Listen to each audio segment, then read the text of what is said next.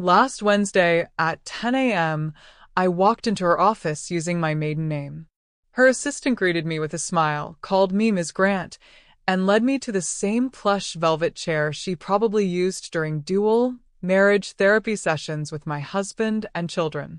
But today, I was the only patient she'd be seeing.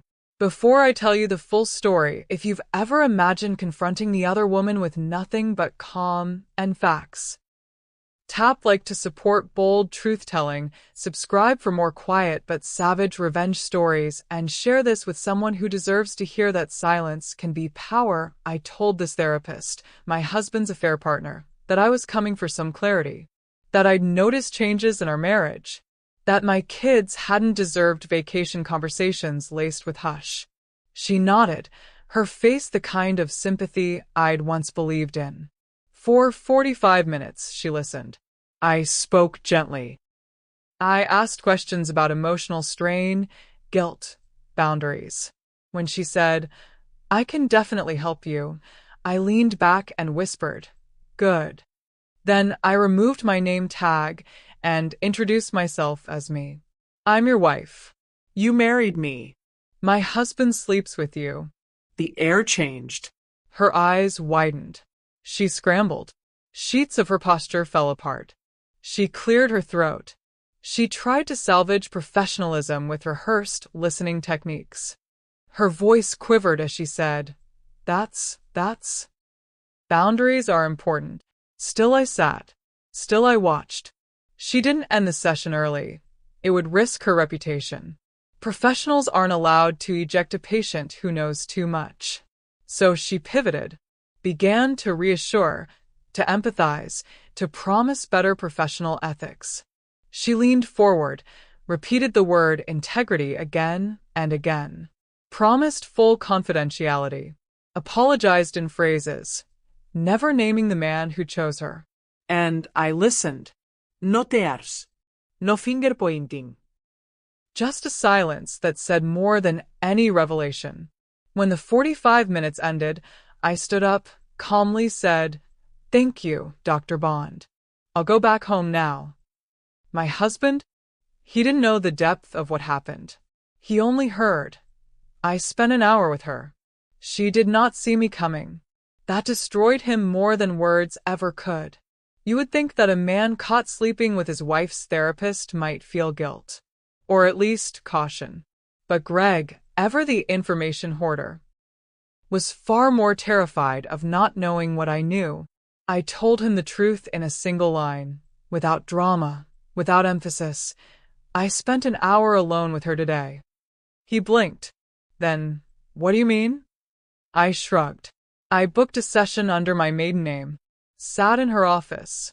We had a conversation. He looked like someone who had just been told they'd missed an exam that determined their future. He tried to probe, asked what I said, what she said, what came up, but I offered nothing. Just this. She didn't expect me. His hands clenched, not because I screamed at him, but because I left the outcome ambiguous. He lived for control of narratives, of people, of secrets. I had given him none. For the next week, he obsessed. He Googled therapist confidentiality laws. He tried to log into my calendar. He called her late at night, then hung up. He asked me questions over dinner. Awkward, half-sincere attempts to gauge my tone. I answered none of them. Because the truth is, once you reclaim your dignity on your terms, you never need to explain it to the person who tried to steal it. He didn't know what I had said. Whether she cried, whether I recorded it, whether I'd filed a complaint, whether I would. The silence made him unravel faster than discovery ever could. Greg always prided himself on being meticulous, especially when it came to money. But here's the thing about meticulous people. They assume no one else reads the fine print. Well, I do. And in the quiet months after our wedding, when we drafted our joint legal will, he'd added a fidelity clause. It was his idea, actually. Just a precaution, he'd said, for transparency. Funny how the transparent man couldn't see his own future. So when I filed for divorce, I cited exactly what he forgot. Any extramarital relationship shall result in the forfeit of all marital asset claims by the party found guilty. I had her name. I had their messages. And now I had leverage. He contested nothing. Didn't fight the settlement. Didn't want the court to see what I'd seen in her office. I walked away with everything. It came in the mail. A cream-colored envelope with gold lettering and her handwriting. Greg and Talia invite you to our new beginning. They moved in together.